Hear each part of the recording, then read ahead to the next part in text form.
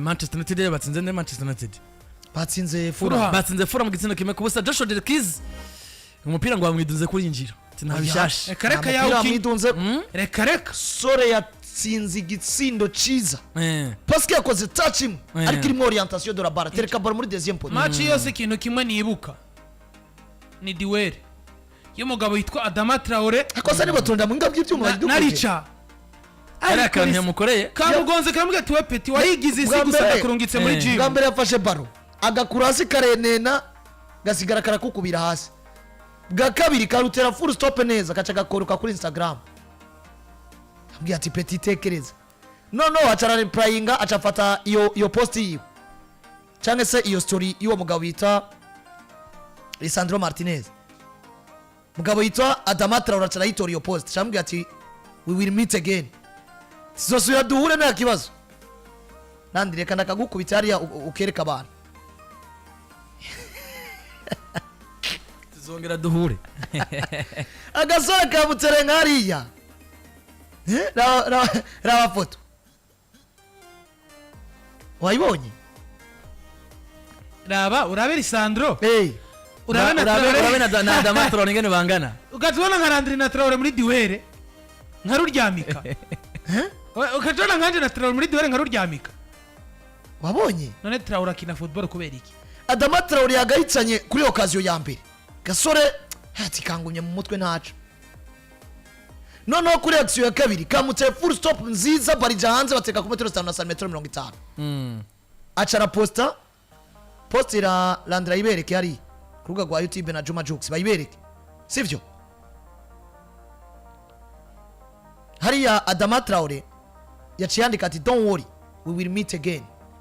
Ati tuzongera duhure. Acha taginga Lisandro Martinez. Wabonye? Ayana? I sent him to the gym. Ati namurungisa muri gym. Ahori Lisandro Martinez. Onye banditse ati richa pok Adama. Rochara mu ati don't worry. Nukuvuga ngo post yari ijya bwa mbere. Iyi post mubona ibubamfu. Niyo mugabo bita Lisandro Martinez. I sent him to the gym. Namurungisa muri gym. Umugabo nawe acafata iyindi post hariya iriya mubona mu iburyo. Don't worry we will meet again @taginga @Lisandro Martinez. Ino bizorangirira. Bino bizora no korera Manchester bakoze nango ziza nabo twogira ico tubitega ko muri no saison equipe ya Erik ten Hag. Bakoze intango nziza ariko zero serve. Ariko mugabo bitankura muri ca kindi none munsi. Manchester Zirkizi yabayo ndi match mu bihe buryo. Casemiro yaragomba gukina n'igice kimwe gusa kisokera igice cambere cari kimaze kugira abo ndi match. Nanabonye no kuri page zigiye zitandukanye abagiye baravuga kuri zino post za Manchester United. Baravuga ati eske gutsinda igitsindo ari hano vyanditse ko utsinze igitsindo kaba kuma mu di match. Naje nemeza ko kuko Casemiro yagize tentative zirenga zitanu mu rukino. Mu gihe atawundi mwataka numwe mu bakinye ligne offensive yose ya Manchester United yakoze kino kiyo. Mugabo ivyo nibaza ko tutobite bako reka tugaruke ku kantu kamwe. Kuri Manchester United nabonye. Ibaze ufise axe central irimo Lisandro Martinez na Maguire. Lizamini mba nabonye Maguire mwiza ari Maguire ku munsi wa gatanu. Sanford yagaruye baro zibiri. Hari contre attaque equipe ya Fulham bagize de contre hari Maguire. Yagaruye baro zibiri ari abantu bamaze kuba bagenda bamwibasira ku marezo social. Bacha bamukorera photo afise Ballon d'Or. Kwizo occasion zibiri gusa kuye mu igoli. Yarokoye equipe ubona ko kabaye. None ndabira remplacement yakoze. Remplacement yatanguye ku munsi wa gatanu sinababwiye. Nibikunda ko umugabo yitwa Mason Mount atangura rimwe mu kibuga na Bruno. Batanguriye rimwe Mount nakine nko mu wing uzane typical number 9 kuko ari umufise. Ibaze ufate Bruno Fernandes umutereke ku numero 9. Erega musango wino effective afise. Tumufata Rashford bamuhengeke ama Mount ni mushaka bakinira rimwe na no mukinyi bita Bruno Fernandes. Mount aje bamfakira mu wing. Chambere nagize umenyereza. Sinemeranya nawe kwicarika Alejandro Garnacho kabiri. Yakoze remplacement zibiri za mbere nziza. Gusora Mason Mount asora hariya Mount yasohokaniye rimwe nandi. Yasohoye Mason Mount asohokera rimwe na Diallo. Amad Diallo. Acazana Joshua Zirkizi azana n'umugabo bita Alejandro Garnacho. Garnacho afata winga imwe. Iyindi winga icifata Marcus Rashford. Joshua Zirkizi acakina nka numero 9.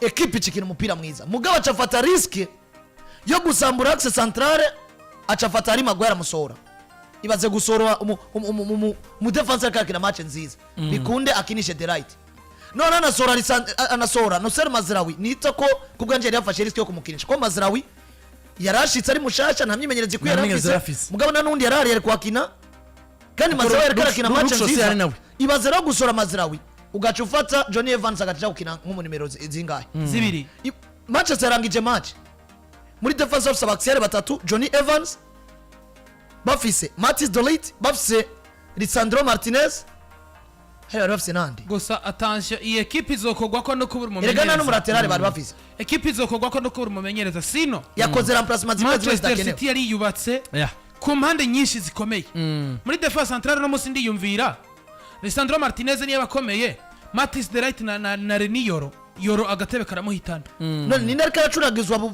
arkaracugwa bufuni na boro ibaze gufata umuntu nka Lisandro Martinez hakagera igihe umutereka ibubamvu ku nimero 3 sivyo axe centrale ugacuyizanamwo